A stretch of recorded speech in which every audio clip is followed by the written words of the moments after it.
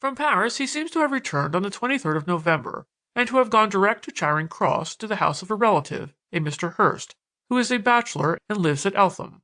He appeared at the house at 20 minutes past 5, and as Mr. Hurst had not yet come down from town, and was not expected until 5:15, he explained who he was and said he would wait in the study and write some letters.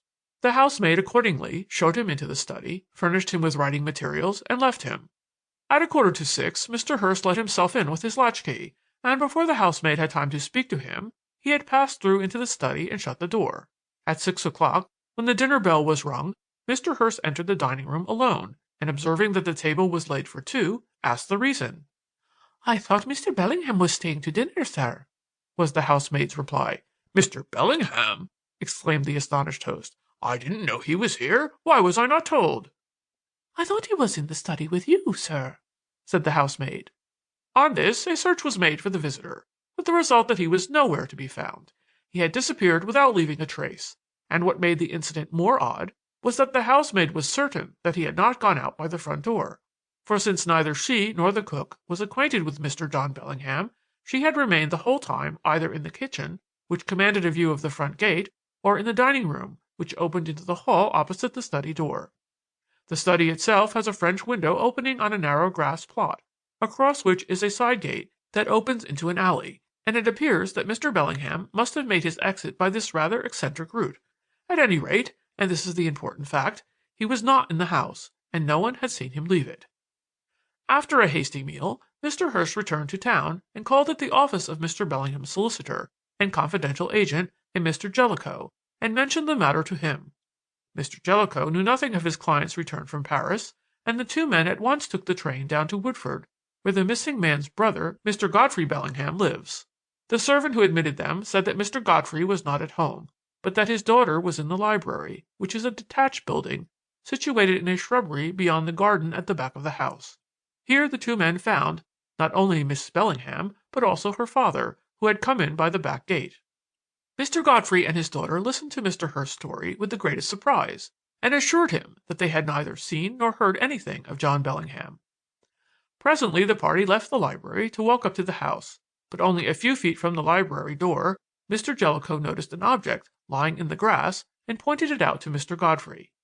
The latter picked it up, and they all recognized it as a scarab which Mr. John Bellingham had been accustomed to wear suspended from his watch chain. There was no mistaking it. It was a very fine scarab of the 18th dynasty, fashioned of lapis lazuli, and engraved with the cartouche of Amenhotep III. It had been suspended by a gold chain fastened to a wire which passed through the suspension hole, and the ring, though broken, was still in position.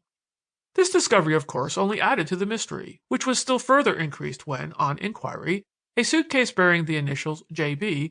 was found to be unclaimed in the cloakroom at Charing Cross.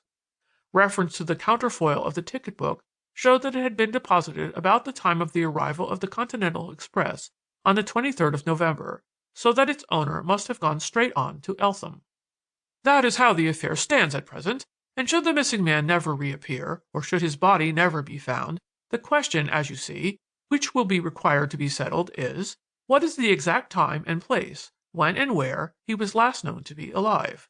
As to the place, the importance of the issue involved in that question is obvious, and we need not consider it. But the question of time has another kind of significance. Cases have occurred, as I pointed out in the lecture, in which proof of survivorship by less than a minute has secured succession to property. Now, the missing man was last seen alive at Mr. Hurst's house at 20 minutes past 5 on the 23rd of November, but he appears to have visited his brother's house at Woodford, and, since nobody saw him at that house, it is at present uncertain whether he went there before calling on Mr. Hurst. If he went there first, then 20 minutes past 5 on the evening of the 23rd is the latest moment at which he is known to have been alive.